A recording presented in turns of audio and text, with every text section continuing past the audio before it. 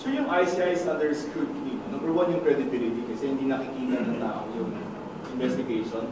But since you're a resource person, how do you probably characterize the way that the ICI has been conducting its hearings? Do you think this is a... Ano ba ito? Okay, number one yung credibility, no?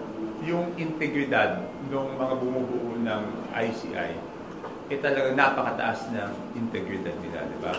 Si former Justice Andres Reyes, former Secretary Babe Singson, yung head ng SGV.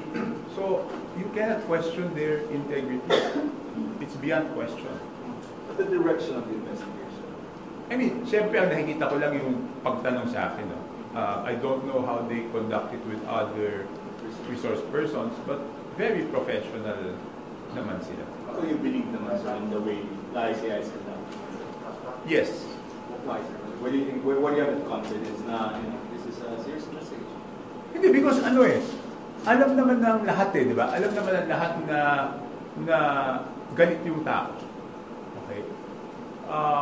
Alam naman ng lahat na hinahanap ng tao yung katotohanan. Alam naman ng lahat na may pag-iisip na yung tao kung sino yung talagang mga gumawa ng kasalanan eh. Ang kailangan nalang buuin dito is yung ebidensya para mapatunayan sa korte na yung mga may kasalanan, talagang may kasalanan. Diba? Sa tingin ko, my impression is, yun ang binubuo nila.